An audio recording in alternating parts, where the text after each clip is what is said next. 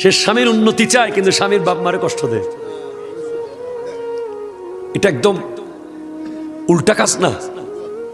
স্বামীর উন্নতি ডিপেন্ড করছে বাবা মার দোয়ার উপরে। আল্লাহ বুঝার তৌফিক দান করুক, আমিন জোরে বলেন।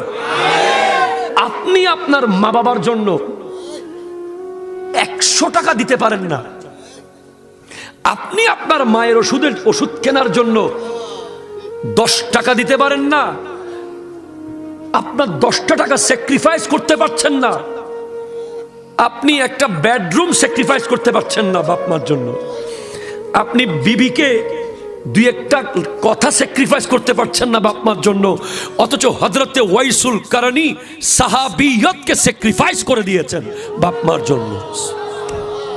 সাহাবিয়তকে স্যাক্রিফাইস মায়ের জন্য।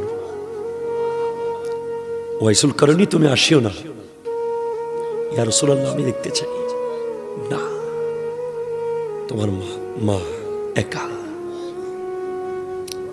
আমি নবী তোমাকে দেখা দেব।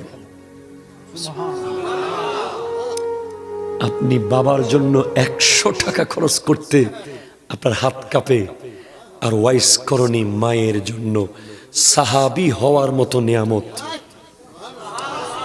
কোরবান করে দিয়েছে। মাথায় নিয়ে যান, কথাটা মাথাতে করে বাসায় নিয়ে যায়, কারণ আপনাকে শয়তান ডিস্টার্ব করবে। কিরে তোরা 3 ভাই, সব তুই কেন করবি? তোরা 5 ভাই আর 4 ভাই কই, সব তোর কেন? ওষুধও তোর, বাজারও তুই করস, পানও তুই আনস, সুপারিও তুই কিনস। এরকম আন্তর্জাতিক শয়তান আছে না নাই? এগুলো মানুষ শয়তান। এগুলোর ব্যাপারে মিনাল জিন্নাতে ওয়ান নাস বলা হয়েছে, যারা আপনাকে ফুসলানি দেবে। যে বাপ মার জন্য একটা প্যারাসিটামল বেশি কিনতে পারছে, সে জান্নাতের নিয়ামত একটু বেশি পাবে।